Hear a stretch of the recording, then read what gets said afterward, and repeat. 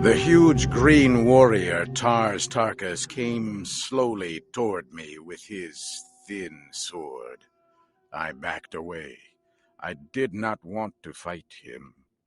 I did not wish his death. He had been as kind to me as a green Martian can be. As I stood watching him, a rifle fired in the distance. Then another, and another. Tars Tarkas and his warriors were under attack from another tribe of green warriors. Within seconds, a terrible battle raged. As I watched, 3 of the attackers fell on Tars Tarkas. He killed one and was fighting with the other 2 when he slipped and fell. I ran to his aid, swinging my sword. He was on his feet. Shoulder to shoulder, we fought against the attackers. They finally withdrew after an hour of fierce fighting. John Carter, I think I understand the meaning of the word friend. You saved my life when I was about to take yours.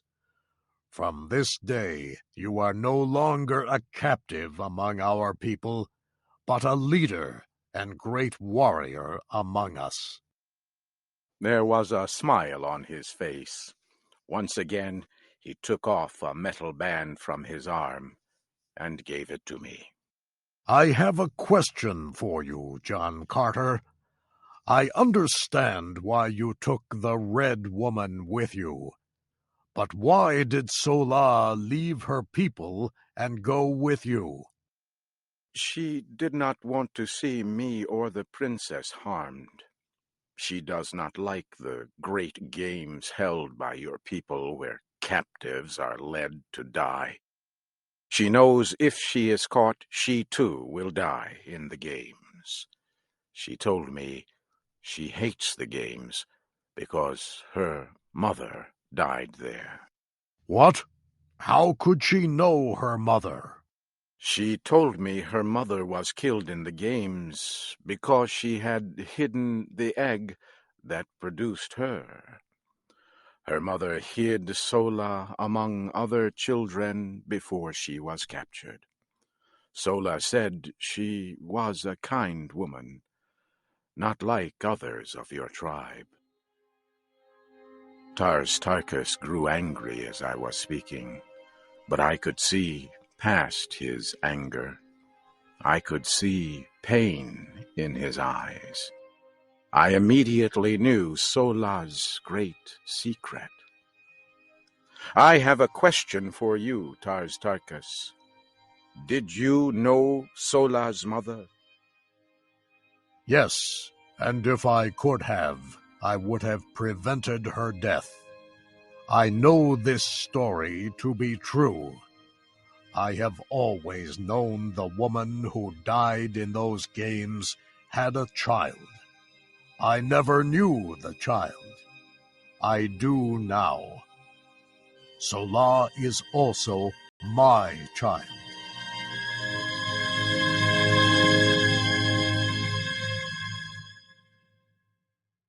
For 3 days we followed the trail left by the Princess Deja Torres, Sola, and poor ugly Wula. At last we could see them in the distance. Their animal could no longer be ridden. They were talking. When we came near, Wula turned to fight us. I slowly walked to him with my hand out. Sola was standing nearby. She was armed and prepared to fight. The princess was lying next to her feet. Sola, what is wrong with the princess? She has been crying much these past few days, John Carter. We believed you died so we could escape. The thought of your death was very heavy on this woman, my friend Dejathoris. Come and tell her you are among the living. Perhaps that will stop her crying. I walked to where the Princess Deja Thoris was lying on the ground. She looked at me with eyes that were red from crying. Princess, you are no longer in danger. Tars Tarkas has come with me as a friend. He and his warriors will help to see you safely home. And Sola, I would have you greet your father, Tars Tarkas, a great leader among your people. Your secret no longer means death to anyone. He already knows you are his daughter. The two of you have nothing to fear. Sola turned and looked at Tars Tarkas. She held out her hand. He took it. It was a new beginning for them. I know our world has never before seen anyone like you, John Carter. Can it be that all Earthmen are like you? I was alone, a stranger, hunted, threatened, yet you would freely give your life to save me. You come to me now with a tribe of green warriors who offer their friendship. You are no longer a captive, but wear the medal of great rank among their people. No man has ever done this. Princess, I have done many strange things in my life, many things much smarter men would not have done. And now, before my courage fails, I would ask you to be mine in marriage.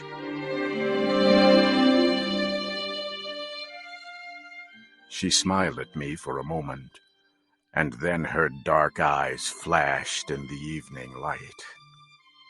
You have no need of your courage, John Carter, because you already knew the answer before you asked the question.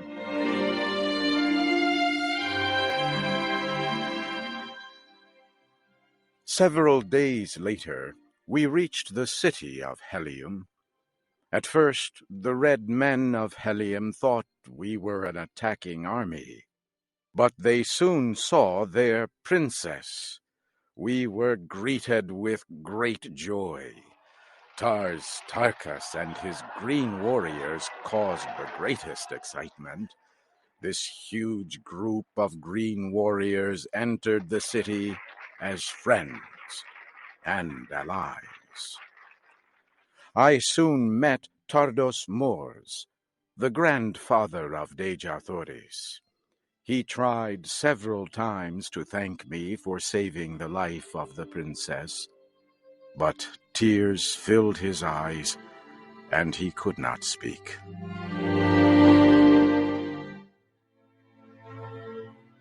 For 9 years, I served in the government and fought in the armies of Helium as a prince of the royal family. It was a happy time. The Princess Dejathoris and I were expecting a child. Then, one day, a soldier returned from a long flight. When he landed, he hurried to the great meeting room. Tardos Mors met with the soldier and reported that every creature on the planet had but 3 days to live. He said the great machines that produced the atmosphere on the planet had stopped producing oxygen. He said no one knew why this had happened, but there was nothing that could be done.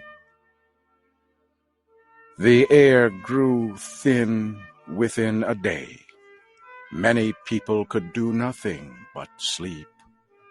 I watched as my princess was slowly dying. I had to try something. I could still move with great difficulty. I went to our airport and chose a fast aircraft. I flew as fast as I could to the building that produced the atmosphere of the planet. Workers were trying to enter. I tried to help. With a great effort, I opened a hole. I grew very weak. I asked one of the workers if he could start the engines. He said he would try. I fell asleep on the ground. It was dark when I opened my eyes again. My clothing felt stiff and strange. I sat up. I could see light from an opening. I walked outside. The land looked strange to me. I looked up to the sky and saw the red planet Mars. I was once again on Earth in the desert of Arizona. I cried out with deep emotion. Did the worker reach the machines to renew the atmosphere? Did the air reach the people of that planet in time to save them? Was my Princess Deja Thoris alive, or did she lie cold in death? For 10 years now, I have watched the night sky looking for an answer. I believe she and our child are waiting there for me. Something tells me that I shall soon know.